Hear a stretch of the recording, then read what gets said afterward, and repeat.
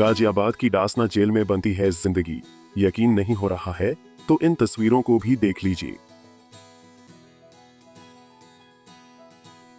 भारत में हर साल 11 नवंबर का दिन राष्ट्रीय शिक्षा दिवस के तौर पर मनाया जाता है।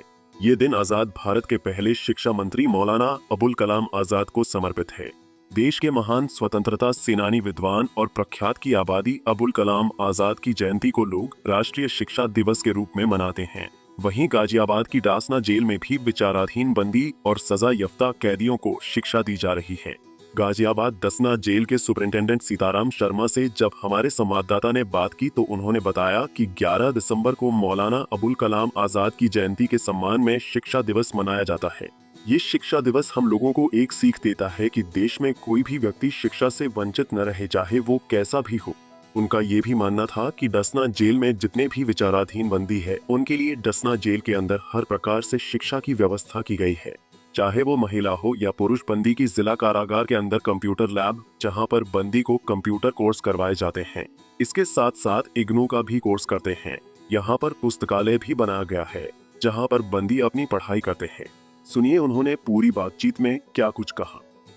11 नवंबर को शिक्षा दिवस मनाया जाता है और गाजियाबाद डासना जेल की बात करें तो डासना जेल के अंदर जितने भी विचाराधीन कैदी होते हैं या बंदी होते हैं, उनको शिक्षा का पूरी तरीके से ध्यान देते हुए डासना जेल पूरा ध्यान देती है। इसको लेकर हम बात करेंगे गाजियाबाद डासना जेल अधीक्षक सीताराम जी से कि किस प्रकार से बच्चों जो बंदी हैं उनको किस प्रकार से शिक्षा दी जाती है, और क्योंकि 11 नवंबर को शिक्षा दिवस भी मनाया जाता है। सर, पंजाब केसरी में आपका स्वागत है। और 11 नवंबर को शिक्षा दिवस मनाया जाता है। जो विचाराधीन कैदी हैं, बंदी हैं, जो सजा याफ्ता है, उनको किस प्रकार से एजुकेशन दी जाती है, किस प्रकार से उन्हें योग्य बनाया जाता है?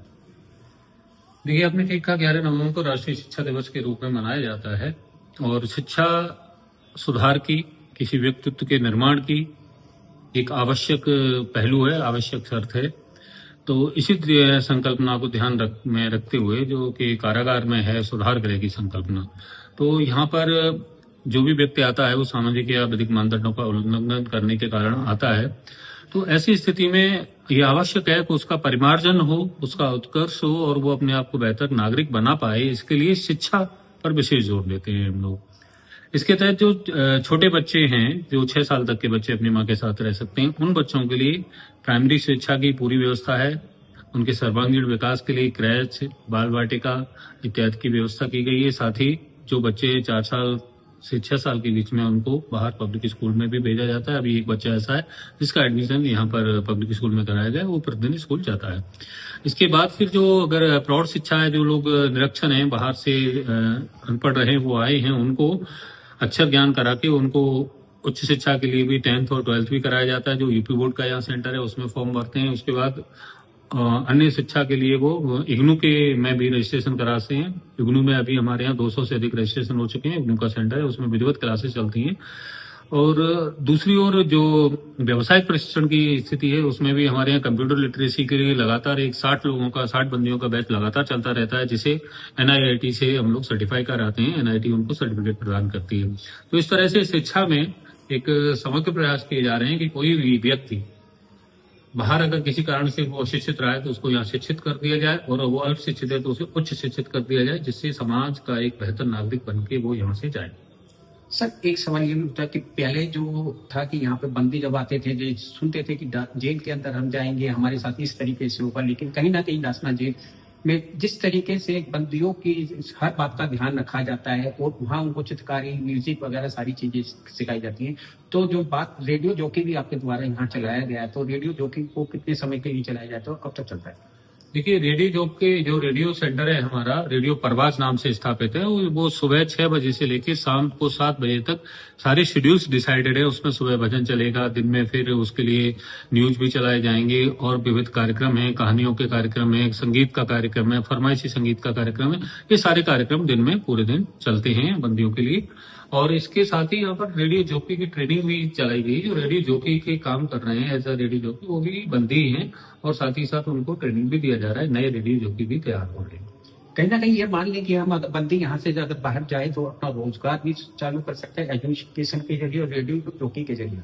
निश्चय ही, देखिए सुधार के बाद जो संकल्पना आती है उससे एक अपने आप को पुनर्स्थापन की, पुनर्वासन की, कि आदमी जब जेल में आ गया तो जाहिर है उस पे कई बार ऐसा होता है कि बहुत सारी चीजें, उस पे रोजगार की व्यवस्था न हो तो मजबूरी बस उसने ऐसा कुछ किया कि जिससे वो अंदर आया। तो हम लोगों का प्रयास रहता है, जैसा कि उत्तर प्रदेश शासन और माननीय कारागार मंत्री श्री दारा सिंह जौहरगी जी की संकल्पना है कि व्यक्ति कारागार में आ गया है जिन भी परिस्थितियों में, लेकिन जब बाहर जाए तो अपने आप को समाज के लिए एक असेट बना पाए, लाइबिलिटी ना रहे, समाज पर भार ना रहे वो किसी तरह से। तो इसके लिए हम चाहते हैं कि वो पूरी तरह स्किल्ड होके जाए, कुछ ऐसा सीख जाए कि समाज में उसे किसी के आगे हाथ ना फैलाना पड़े। और कई बार ये जो एक सोशल स्टिग्मा है हमारे समाज में कि जेल काट के आया है, तो वो कुछ ऐसा बता पाए बाहर जाके कि मैं जेल काट के नहीं आया हूँ, देखो भाई मैं 2 साल जेल में रहा, मैं कंप्यूटर ट्रेनिंग का मेरे पास सर्टिफिकेट है, मेरे पास सिलाई कढ़ाई प्रशिक्षण केंद्र का सर्टिफिकेट है, या मैंने 4 किताबें पढ़ी हैं जिनकी मैं आज समीक्षा लिख सकता हूँ। तो कुछ ऐसा वो बता पाएगा तो निश्चय ही ये जो जेलों को एक क्राइम ट्रेनिंग सेंटर के रूप में जो स्टिग्मा है सोसाइटी में वो दूर हो पाएगा, और जेल से छूटा हुआ व्यक्ति पुनः अपराध की दुनिया में न जाकर समाज का एक बहुमूल्य व्यक्ति बन के समाज और राष्ट्र के उत्थान में अपना योगदान दे पाएगा।